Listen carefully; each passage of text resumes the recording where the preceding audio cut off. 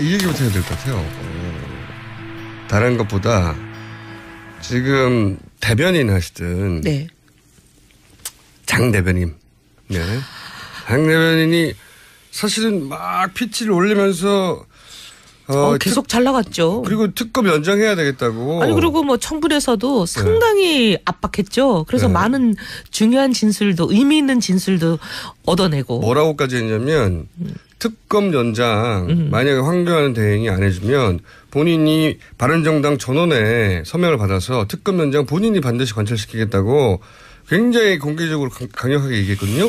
근데 그런 얘기를 한 다음 날 갑자기 사건이 터져가지고 하루아침에 뭐 의원직 사퇴까지 몰려가는데 저는 이제 오랫동안 새누리당 지금은 이제 자유한국당이죠. 네. 자유당이죠 뭐. 네. 자유당이라고 하시니까 요 시간만큼은 그럼 자유당이라고 같이 부르겠습니다. 네. 원래 이제 불러달라고 하는 대로 불러주는 게 맞긴 한데 한국당은 좀 이상해요. 한국당은 미국당 있나요? 아니 뭐 대한민국 전체가 자기들 같이 얘기하니까 프랑스당 들어본 적 적절치 없는데. 않아요. 저도 그렇게 생각해요. 일본당 이거 없잖아요. 그걸 또 사용해도 된다고 또 허락한 기관은 또 뭔지 모르겠는데 어쨌든 진짜 이상한 거예요. 한국당 하면 우리 모두가 그 당 당원 같잖아요. 말레이시아당 5천만 국민이 5천만 국민을 그 당 당원으로 이렇게 처리하는 것은 찬성 아닙니다. 뭐 그건 그 당의 노림수죠. 여하간 여기서는 그러면 자유당이죠. 예. 의원님 어디에 따라 자유당을 제가 오랫동안 이렇게 물끄러미 쳐다보는 게 저의 취미였고 오랜 세월 쳐다봤는데 장재원 의원은 지나치게 절묘한 타이밍에 이렇게 가시는구나. 그리고 다들 이해 안 된다라고 얘기하는 게 이제 그 트위터에 올린 친구들의 글인데 이 사람 저 사람이 섞여 있는 거잖아요. 그렇게 모든 친구들이 한꺼번에 거의 총궐기를 타이밍 맞춰서 잘 했을까? 그건 상당히 일어나기 어려운 가능성 제로 이벤트 아니에요?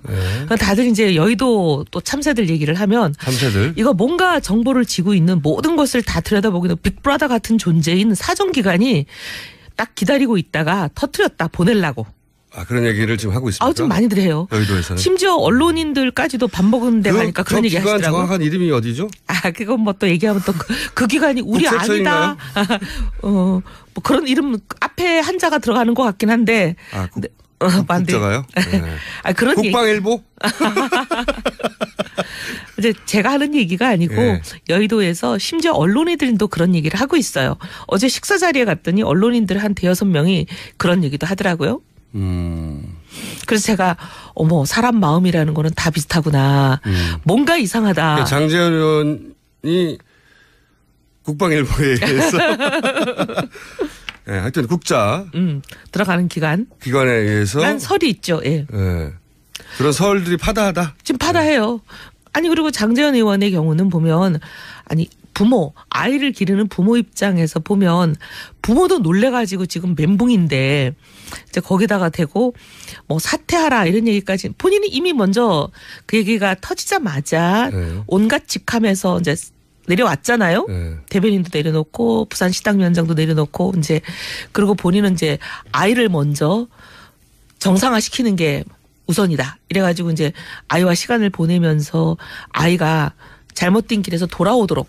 부모 입장에서는 그런데 이제 이게 굉장히 지나치게 절묘한 타이밍인 거죠. 절묘한 타이밍이죠. 그러면서 바른정당이 가장 활발하게 입장을 표명하고 이제 막 들라 그러는데 또 누가 날개를 꺾었어요. 공세적으로 이제 그 자유당을 압박하던 그런 입을 잃어버렸어요. 그러니까 더더욱 언론 노출이 바른정당이 줄어드는 효과를 안 그랬으면 장재원 의원 오늘도 아마 인터뷰 저희가 했을 텐데 저희가 인터뷰 요청해도 이제 당분간은 못 나온다고 거죠. 스스로는. 근데 어쨌든 어떤 기관이라고요? 이 모든 정보를 들여다보는 기관이 아니냐. 그런 정보기관의 작업의 결과가 아니냐 하는 의구심들을 여의도에서는 가지고 있다. 다들. 이 사람 저 사람이 그냥 입 모아서 얘기하더라고요. 그래요. 맞아요. 오랫동안 들여다본 사람들은 그런 의구심을 가진 수밖에 없죠. 너무 지나치게 절묘한 타이밍이고. 그리고 그건 굉장히 이제 사적인 정보인데 한 사람이 한 것도 아니고 좀 이상하잖아요. 그런 점이 있습니다. 분명히. 그런 의구심을 가질 만하고. 두 번째로 제가 같이 오늘 꼭 얘기해 보고 싶은 게 뭐냐면 이거 바른정당의 장제원 의원 아들 건인데요. 뭐 그럴 수는 있죠. 그러니까 어떤 특정 유명 정치인의 아들이 뭐 SNS상에 어떤 논란을 일으켰다.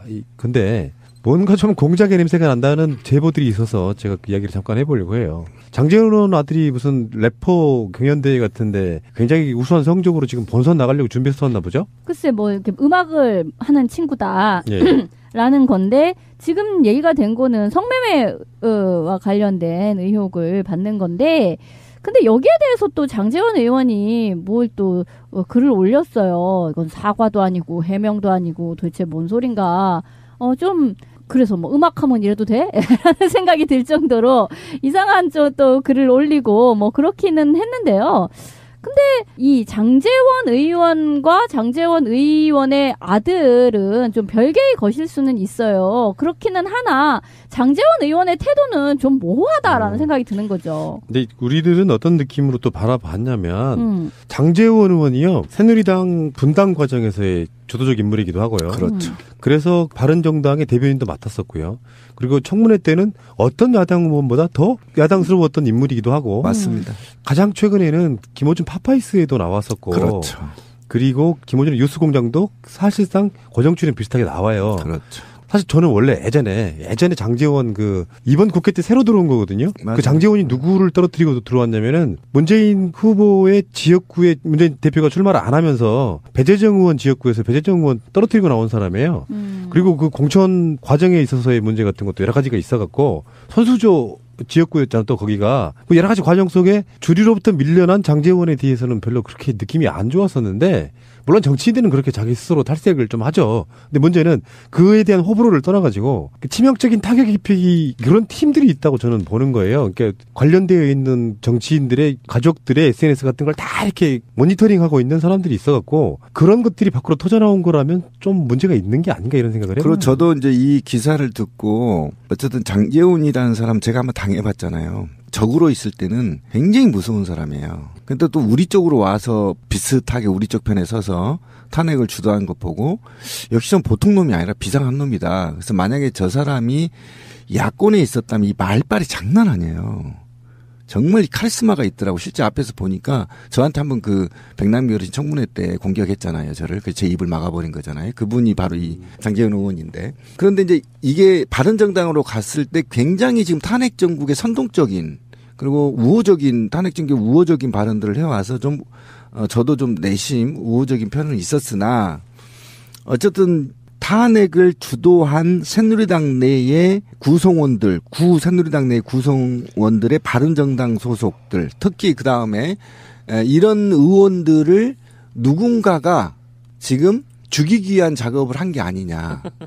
저는 이런 의혹을 넘길 수가 없어요. 왜 그러냐면 그렇지 않고는 이런 작은 사건들이 대두되기가 어렵거든요. 새누리당 친박들은 지들이 성매매하고 다니잖아요. 이런 측면에서 봤을 때는 뭔가 지금 프로그램이 작동되고 있지 않냐는 의혹을 한번 던져보는 거죠. 저도 이제 바른정당도 바로 소멸될 거라고 보는데 이번에 저희 촛불혁명이 얼마나 무섭냐면 어쨌든 그냥 사과하고 당에서 맡은 직책들을 내려놓지 않아도 될 사건입니다. 국민적 정서가. 그런데 왜 그러냐면 이게 만약에 있잖아요. 더불어민주당이 이 사건이 터졌으면 난리 났을 겁니다. 그런데 새누리당 니네들도 책임이 있잖아라고 생각하는 바른정당의 사람들이 이런 그 자제분이 이런 일을 저질렀는데도 불구하고 책임 있게 물러나는 것은 뭐냐면 지금 바른정당이 굉장히 위험한 상태에 있어요. 지지도도 맞아요. 후보도 못 올라가죠. 당 지지도로 지금 그렇죠. 정의당한테까지 밀리더만. 네, 이런 식으로 대선 치렀다가는 그 본전도 못 찾아요 지금. 아니 거덜나게 생겼습니다. 그러니까 이 와중에 어떻게 하면 국민들한테 좋은 인상을 심을까라고 하는 차원에서 굉장히 빠르게 장제원 의원이 결단을 내린 거에 대해서 굉장히 높이 평가해요. 근데 저는 높이 평가하지는 않아요.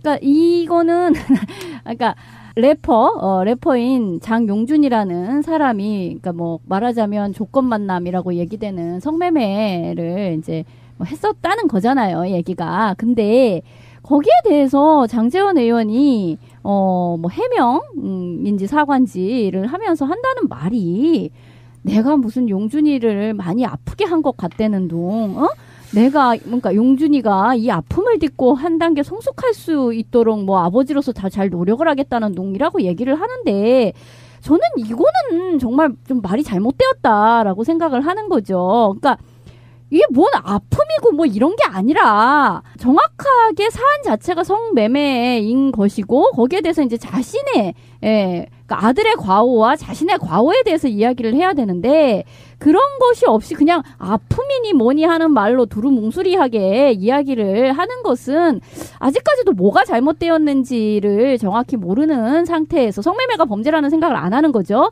그런 상태에서 또 지금 얘기하는 것과 같은 내가 뭔가 당했다 라는 식의 이해 정도로밖에 볼 수가 없기 때문에 이거는 문제가 되죠. 그러니까 성매매는 큰 범죄인 건 맞는데 지금 이것과 관련해서 어쨌든 래퍼와 관련해서 모략이 있는 것 같다고 사회적 의제로 던진 건 또 다른 문제잖아요. 그러니까 그거를 예. 정당화하는 건 아닌 거잖아요. 이렇게 설명을 드리고 싶어요.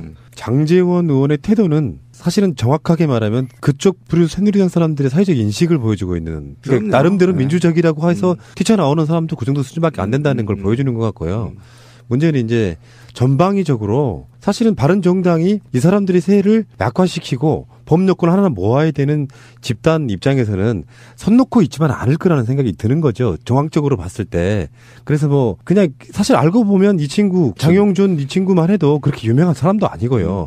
텔레비 몇 번 나온 엠넷에 이제 래퍼로 오디션에 나왔죠. 잠깐 나왔다 그래서 막 팔로워가 수십만 있는 그런 사람도 아니고 무슨 이야기를 꺼냈는데 그게 이제 사회적 아젠다로 만들려면 그것을 캡처한 사람이든 그것을 확대시킨 사람이든 거기에 분명히 작업 세력이 끼어 있을 가능성이 높다는 뜻이에요. 그러니까 이제 땡땡년생이면 몇 살이야? 17살, 18살밖에 안 된 친구가 SNS에 그 올렸던 그 말 확실한 그 의미도 아니긴 하지만 마치 그거를 은유한 듯한 류의 얘기로 해갖고 이렇게 불거져 버린 거는 사실은 이게 아들이 피해자인 거야. 아빠가 유명하지 않았으면 이 정도 트윗이 이렇게 사회적 반향을 느낄 수가 없다니까. 아빠 때문에 그래. 아빠 때문에 아들 인생 조진 거야. 이게 아들 원망할 필요가 없어. 이건 아빠가. 잘못 가르치긴 했다만 정치인들은요. 우리 옛날에 정봉준 아들이나 이런 사람들을 보고 있으면 느끼는 게 아버지들이 정치한답시고 자식들 막 내버려두는 경우가 많아요. 아, 왜? 얘 다니는 국제학교가 세인트폴이라 그래가지고 한 학기 학비가 6,300만 원이야. 잘 가르쳤네 아주.